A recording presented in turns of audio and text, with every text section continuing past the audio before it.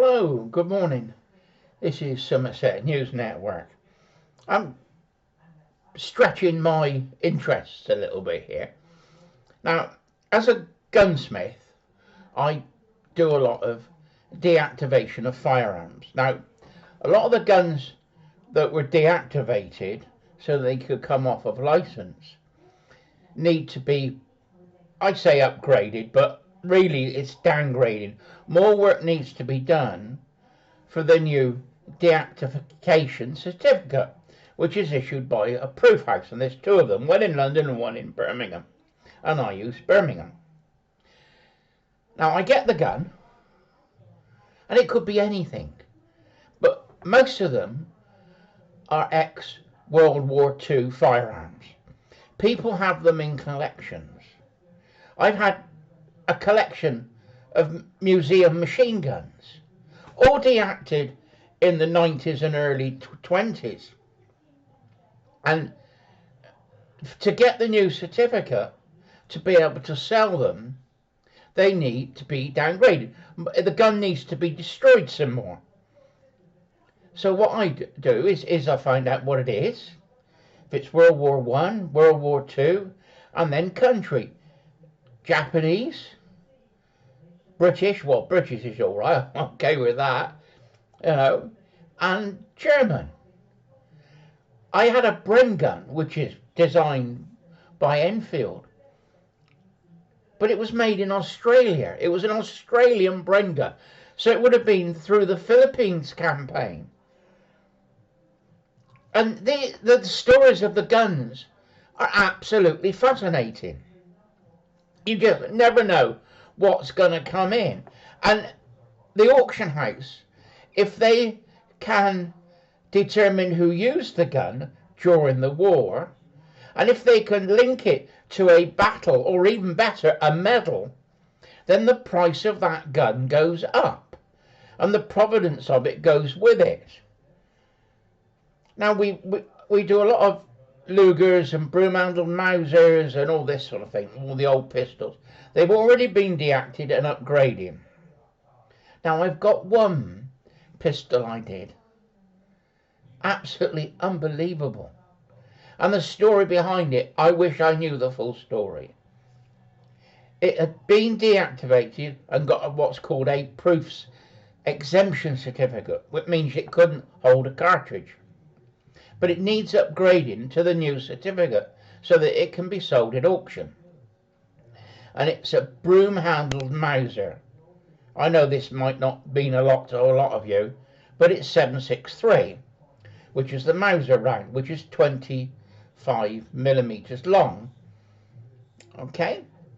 Now, if you've got one and it's got a 9 on it, a red 9 on the pistol grip, that's a 9mm, and they're quite rare, and they're obviously worth a lot more money.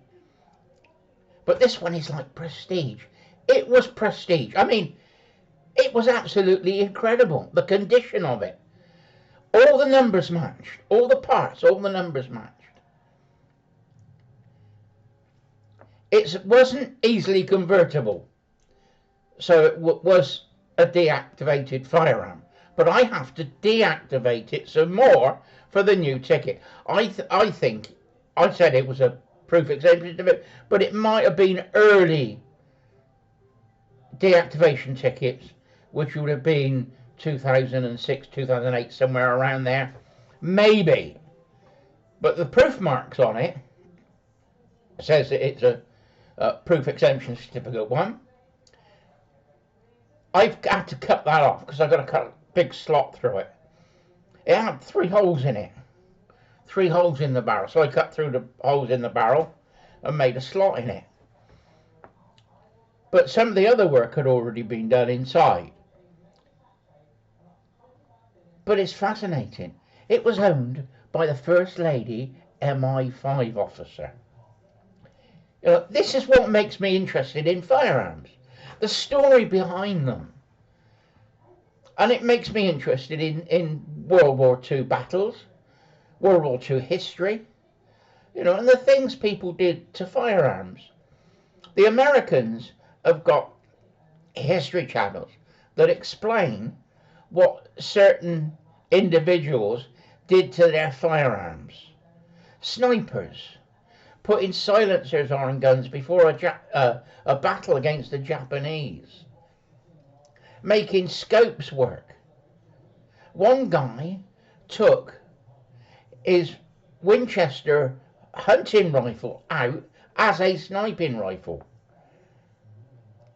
because they normally use Springfield 30-06s, but his Winchester was for the same round, the 30-06, which is what the Americans used. And his story is absolutely fascinating. Absolutely incredible story. And this is why I like linking the firearms to things that happen. And the other thing I'm interested in is how we beat the U-boats. I think it's an absolutely fascinating story. But we only hear one side of it. And you listen to all these history channels on YouTube, and everybody's got a different slant on it. On this one man did something and won the war. These ladies did something and won the war. This postman found something, found an MI5 agent, a German spy ring, and won the war. Where in fact, everybody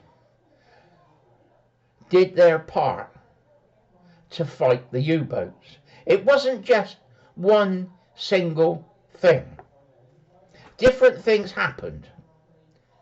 Now, the first thing that happened was that we were sending over from America convoys with escorts, and it was normally about 25 boats or 4 or 5 escorts came over the Atlantic. So they'd meet in America on the East Coast, and then they'd come over. And they were, originally they were fighting single German submarines. But then the Germans came up with the idea of having what they call a wolf pack. One would find, they would go down from the west of Ireland, they would go down the Atlantic, and if someone spotted them, they would then radio it to the others, and they would all meet and converge. And then they attacked the convoy. And we were losing a lot of ships. I mean, it was almost losing the war because of it. This is 41 going into 42 now. Then a mathematician working for the Navy done all the statistics, because he had all the statistics from the Navy. And he came up with the mathematical science that you needed bigger convoys, and if you had 25 boats, you could lose 14 of them, because a submarine's got 14. But if you got 5 submarines, you could absolutely lose the lot. And we were getting close to that. But he said we ought to have bigger convoys of 50 ships or more, with 4, 5, maybe 6 or 7 escorts, Royal Navy ships. It started with the Americans were involved, then Pearl Harbor, then we had American ships helping us out. We, statistically, with the bigger convoys, as a percentage, we lost less ships. It worked. So that was the first thing that helped us out. But we were still losing ships. So what the Navy did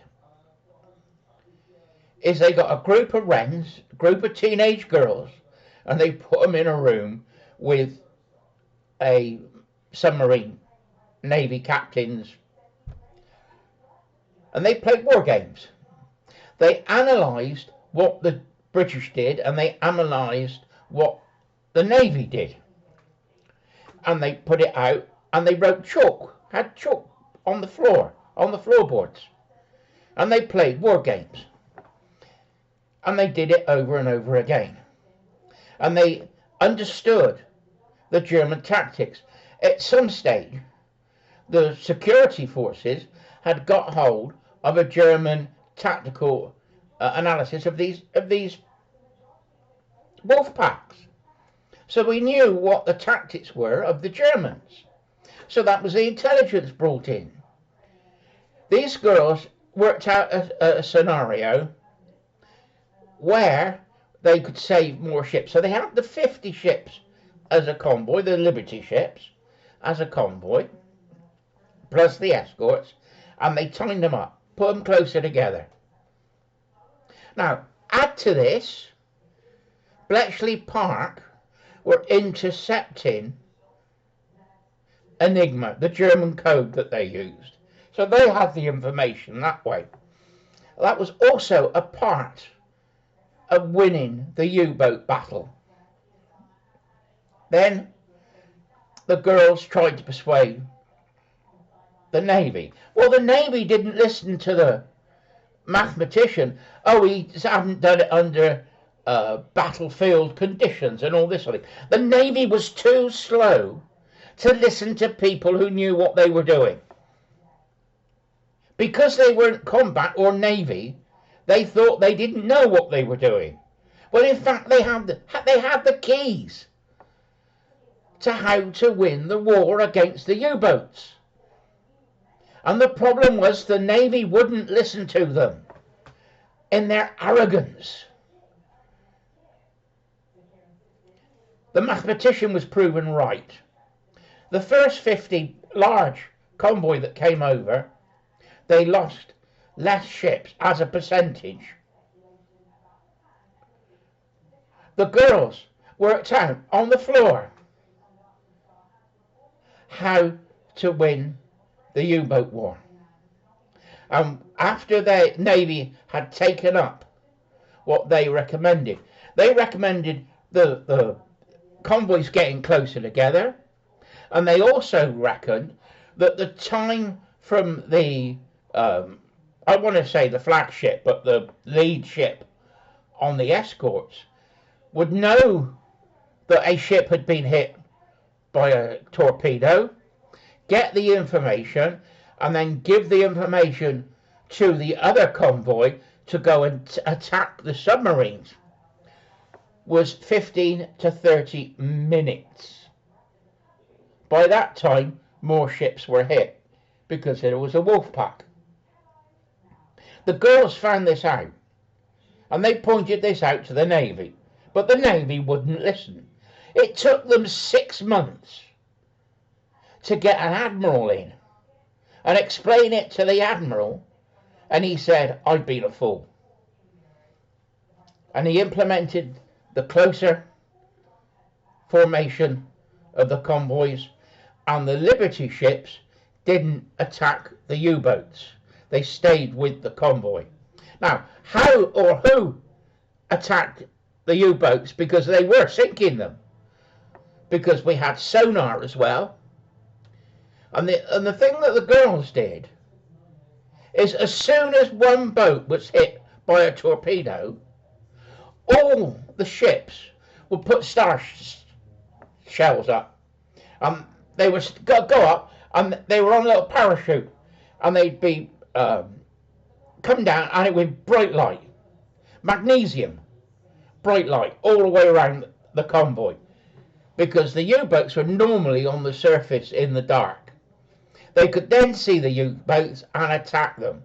So the Liberty ships had the escorts. The escorts could see the U-boats, and they fired on them, and they hit them. And we then started to win that battle. But add to this, GCHQ, which was Bletchley Park, the girls broke the Enigma code for the Navy. That helped as well. So everybody did their bit. But then there's the story of the British postman. Now, this guy was a postman. And he ended up in Lisbon, in Portugal. And he was delivering the post, and he had his post round. And on his post round was the British Embassy in Lisbon. Now, we've had a treaty with Portugal since, I don't know, 1345 or something like that. The oldest trade agreement in the world, in history. Anyway, because we get on with Portuguese, you see. So he's doing his round, and he noticed that one guy gets letters by the same hand, and the address is on it, and he thought it was odd.